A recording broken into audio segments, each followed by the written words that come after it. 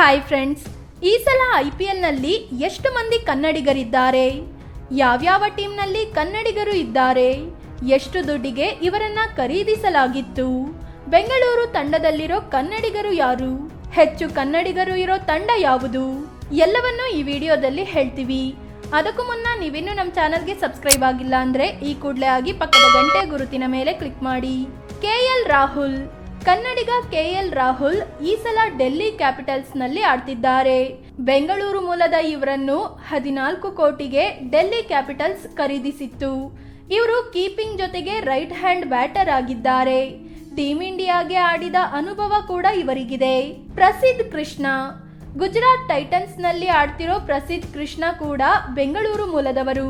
ಇವರನ್ನು 9.5 ಕೋಟಿಗೆ ಖರೀದಿಸಿತ್ತು ಗುಜರಾತ್ ಟೈಟನ್ಸ್. ಬಲಗೈ ವೇಗಿಯಾಗಿರೋ ಇವರು ಟೀಮ್ ಇಂಡಿಯಾದಲ್ಲಿ ಆಡಿದ್ದಾರೆ. 2023ರ ಏಷ್ಯಾ ಕಪ್ ಮತ್ತು ವಿಶ್ವಕಪ್ನಲ್ಲಿ ತಂಡದ ಭಾಗವಾಗಿದ್ರು.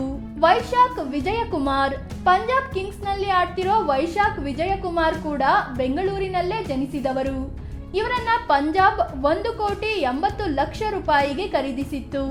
ಬಲಗೈ ವೇಗಿಯಾಗಿರೋ ವೈಶಾಖ್ ಇನ್ನು ಟೀಮ್ ಇಂಡಿಯಾದಲ್ಲಿ ಆಡಿಲ್ಲ. ಕರುಣ್ ನಾಯರ್. ರಾಜಸ್ಥಾನದ ಜೋಧ್ಪುರದಲ್ಲಿ ಜನಿಸಿದ ಕರುಣ್ ನಾಯರ್ ಬೆಳೆದಿದ್ದು ನೆಲೆಸಿದ್ದು ಬೆಂಗಳೂರಲ್ಲಿ. ಸದ್ಯ IPLನಲ್ಲಿ ಇವರು ಡೆಲ್ಲಿ ಕ್ಯಾಪಿಟಲ್ಸ್ ನಲ್ಲಿ ಆಡ್ತಿದ್ದಾರೆ. ಇವರನ್ನು 30 ಲಕ್ಷ ರೂಪಾಯಿಗೆ ಡೆಲ್ಲಿ ಖರೀದಿಸಿತ್ತು. ಇವರು ರೈಟ್ ಹ್ಯಾಂಡ್ ಬ್ಯಾಟರ್ ಆಗಿದ್ದು ಟೀಮ್ ಇಂಡಿಯಾಗೆ ಆಡಿದ ಅನುಭವ ಹೊಂದಿದ್ದಾರೆ. ಶ್ರೀಜಿತ್ ಕೃಷ್ಣನ್. ಮುಂಬೈ ಇಂಡಿಯನ್ಸ್ ಟೀಮ್ ನಲ್ಲಿ ಆಡ್ತಿರೋ ಶ್ರೀಜಿತ್ ಕೃಷ್ಣನ್ ಕೂಡ ಬೆಂಗಳೂರು ಮೂಲದವರು.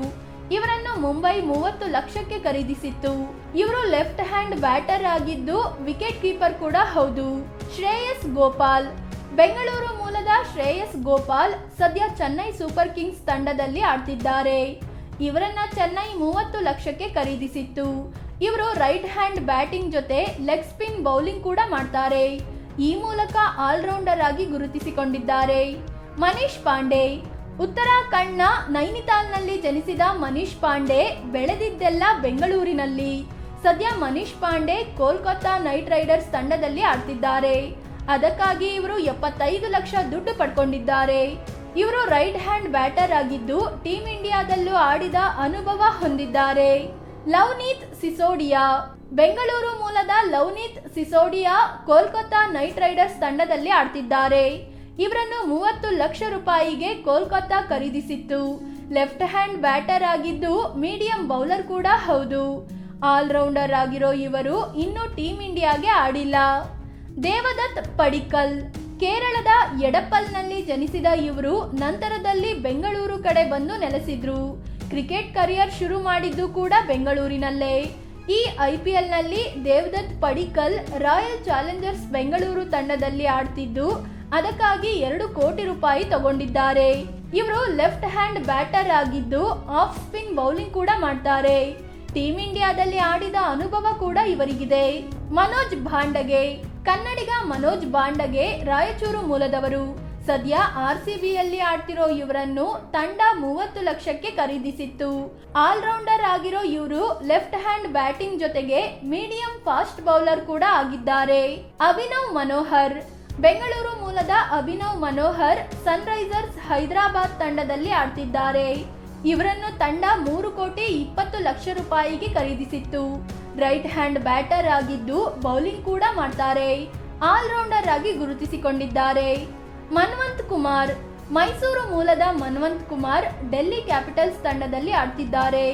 ಇವರನ್ನು ಡೆಲ್ಲಿ 30 ಲಕ್ಷ ರೂಪಾಯಿಗೆ ಖರೀದಿಸಿತ್ತು. ಲೆಫ್ಟ್ ಹ್ಯಾಂಡ್ ಬ್ಯಾಟರ್ ಆಗಿದ್ದು ಮೀಡಿಯಂ ಫಾಸ್ಟ್ ಬೌಲರ್ ಕೂಡ ಹೌದು. ಆಲ್ರೌಂಡರ್ ಆಗಿ ಗುರುತಿಸಿಕೊಂಡಿದ್ದಾರೆ. ಪ್ರವೀಣ್ ದುಬೆ. ಉತ್ತರ ಪ್ರದೇಶದಲ್ಲಿ ಜನಿಸಿದ ಪ್ರವೀಣ್ ಬೆಳೆದಿದ್ದೆಲ್ಲ ಬೆಂಗಳೂರಲ್ಲಿ.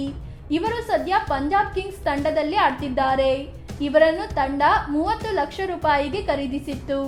ಆಲ್ರೌಂಡ್ ಆಟಗಾರ ಪ್ರವೀಣ್ ರೈಟ್ ಹ್ಯಾಂಡ್ ಬ್ಯಾಟರ್ ಜೊತೆಗೆ ಲೆಗ್ ಸ್ಪಿನ್ನರ್ ಕೂಡ ಆಗಿದ್ದಾರೆ. ಯಾವ ತಂಡದಲ್ಲಿ ಎಷ್ಟು ಮಂದಿ ಇದ್ದಾರೆ? ಒಟ್ಟಾರೆಯಾಗಿ 13 ಮಂದಿ ಕನ್ನಡಿಗರು ಈ ಸಲ ಟಾಟಾ IPLನಲ್ಲಿ ಆಡ್ತಿದ್ದಾರೆ. ಇವರಲ್ಲಿ ಹೆಚ್ಚು ಅಂದ್ರೆ 3 ಡೆಲ್ಲಿ ಕ್ಯಾಪಿಟಲ್ಸ್ ನಲ್ಲಿದ್ದಾರೆ. ಇನ್ನುಳಿದಂತೆ RCB, Kolkata Knight Riders, Punjab Kings ತಲಾ ಇಬ್ಬಿಬ್ಬರು ಆಟಗಾರರನ್ನ ಹೊಂದಿದೆ. ಅದೇ ರೀತಿ Gujarat Titan, Mumbai Indians, Chennai Super Kings, Sunrisers Hyderabad ತಲಾ ಒಬ್ಬೊಬ್ಬರು ಕನ್ನಡಿಗ ಆಟಗಾರರನ್ನ ಹೊಂದಿದೆ. ಫ್ರೆಂಡ್ಸ್, ಇದು ಈ ಸಾಲಿನ IPLನಲ್ಲಿ ಯಾವೆಲ್ಲ ಕನ್ನಡಿಗರು ಆಡ್ತಿದ್ದಾರೆ ಅನ್ನೋದರ ಮಾಹಿತಿ ನೀಡುವ ಪ್ರಯತ್ನ. ಈ ಬಗ್ಗೆ ನಿಮಗೇನನ್ಸುತ್ತೆ? ಬೆಂಗಳೂರು ಟೀಮ್ RCBಯಲ್ಲಿ ಮತ್ತಷ್ಟು ಕನ್ನಡಿಗರಿಗೆ ಅವಕಾಶ ಕೊಡಬೇಕಾ ಬೇಡವಾ? ಕಾಮೆಂಟ್ ಮಾಡಿ ನಿಮ್ಮ ಅಭಿಪ್ರಾಯ ಹೇಳಿ. ಅದೇ ರೀತಿ ನೀವಿನ್ನು ನಮ್ಮ ಚಾನಲ್ಗೆ ಸಬ್ಸ್ಕ್ರೈಬ್ ಆಗಿಲ್ಲ ಅಂದರೆ ಈ ಕೂಡಲೇ ಆಗಿ ಪಕ್ಕದ ಗಂಟೆ ಗುರುತಿನ ಮೇಲೆ ಕ್ಲಿಕ್ ಮಾಡಿ. ಧನ್ಯವಾದ.